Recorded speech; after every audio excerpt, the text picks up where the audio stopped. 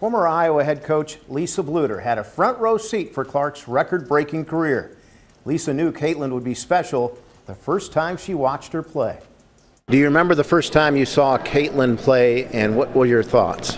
Scott, I do remember. She was like 7th grade playing up against high school players, and I thought, wow, this kid is going to be pretty amazing. What's interesting about you both now is you have a connective thread, one of the most transcendent players in the history of women's basketball, and Caitlin Clark. And it's her birthday today. You guys both shouted her out. Yes, that's my Coach girl. Bluder and Aaliyah. Yeah, you can see on the right-hand side of your screen from Coach, and then Aaliyah doing a matchup of pictures, which is really... A legendary Iowa coach finally put into words what the Caitlin Clark era really felt like. And it wasn't the highlight reel fans remember. She compared it to trying to steer a rocket ship while the whole world argues about where it should land. Every game was an event. Every road trip felt louder than the last. And the biggest moments weren't always the ones on TV. She described the weight Clark carried before tip-off, how the arena felt tense even in warm-ups, and how one bad stretch could generate a week of pressure from opponents, from fans, from expectations about what Iowa or Clark should be. What made her account so striking wasn't coaching a star. It was coaching a person inside a storm. Managing energy, protecting confidence, keeping the locker room steady, and still demanding excellence every night. The emotional core wasn't about wins. It was about how fragile everything felt under the constant spotlight, living a season the world treated like a movement. So here's the question. Do you give more credit to the coach who built the environment, guided the team through the chaos, and protected Clark's growth? Or do you think Caitlin Clark's rise was inevitable, with or without the system around her? Are you still coach to Caitlin?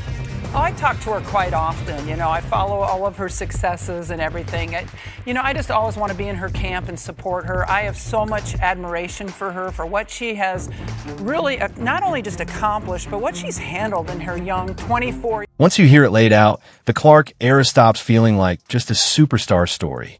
It becomes clear that Iowa survived, shaped, and carried it together. Caitlin Clark's time at Iowa became bigger than college basketball. Records, sold-out arenas, and attention the women's game had rarely seen focused on a single player. Iowa wasn't just playing games anymore, they were touring. Every stop felt like an event. Every arena buzzing with proof that the sport had shifted. And the coach was in the middle of it all, not just diagramming plays and making substitutions, but managing the reality of what Clark had become. When one player becomes a national obsession, the job changes. Development must be balanced with protection. Coaches answer for narratives they didn't create, while keeping a team connected even as the spotlight follows one person. She still keeps up with Clark regularly. That part is expected. But then she went deeper, revealing that her respect isn't just for Clark's achievements. It's for the weight she has carried at such a young age. Told her today, your 20s have been pretty good to you. I would say so. Yeah, they've been transformative. Once you hear it laid out, the Clark era stops feeling like just a superstar story. It becomes clear that Iowa survived, shaped, and carried it together. Caitlin Clark's time at Iowa became bigger than college basketball. Records, sold-out arenas, and attention the women's game had rarely seen focused on a single player. Iowa wasn't just playing games anymore, they were touring. Every stop felt like an event.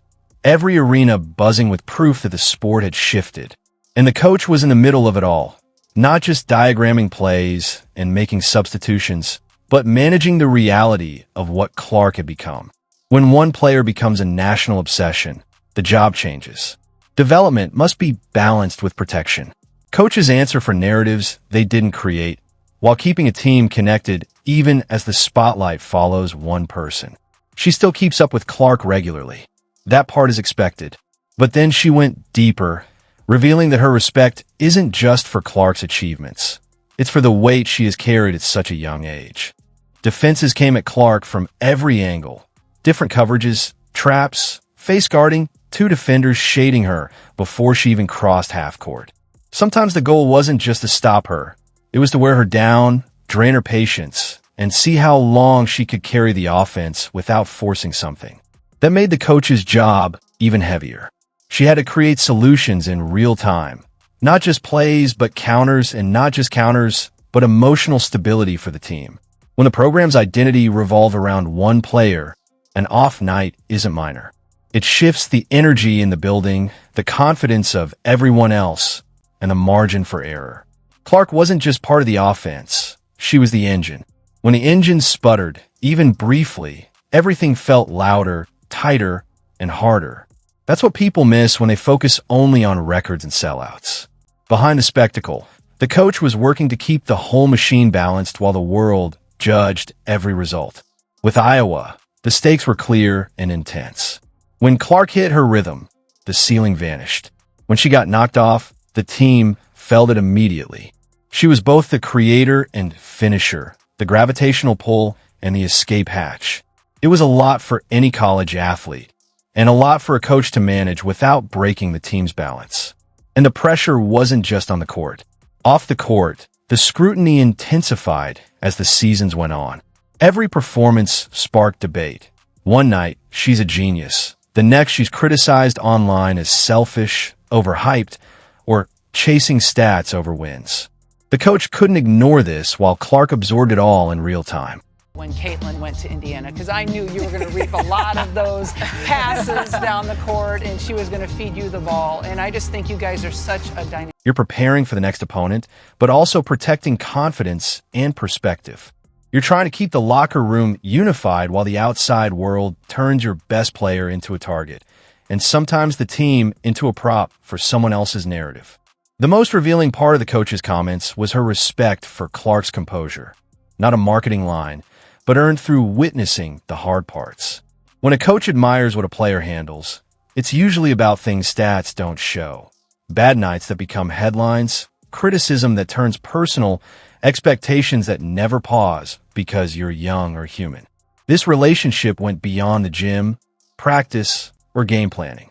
It was about emotional management, trust, and guiding the biggest personality on the team while the world tried to pull her into a new narrative every week. That's not just coaching basketball. That's coaching under a spotlight that never turns off. Clark wasn't the kind of player you fit into a plan. She was the plan. A once-in-a-generation talent who could bend defenses with range, pace, and instinct, punishing any wrong guess. The challenge for a coach was guiding her without dulling the edges that made her special. Too much structure stifles creativity. Too much freedom risks team rhythm. Iowa's staff understood early that Clark's greatest weapon wasn't just her shot. It was her vision. The system had to breathe, the spacing had to make sense, and everything had to flow around her instincts. The plays had to be simple enough to run fast, yet flexible enough to let Clark improvise when defenses broke their own rules. That's a coaching decision that comes with real risk. If results dip, the blame lands on the coach, not the player. You're signing up to be second-guessed by everyone who only watches the ball. The quieter challenge is just as important. When one player becomes the headline, everyone else can feel like supporting cast. Iowa had real contributors, not extras.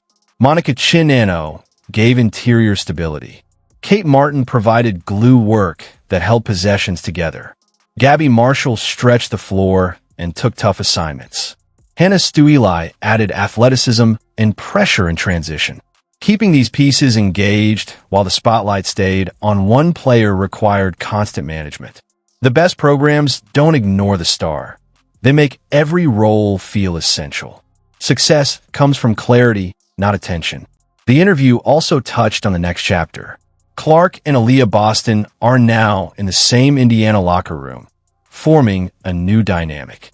Two former college centerpieces learning to share space, leadership, and build something new without the noise of the college spotlight.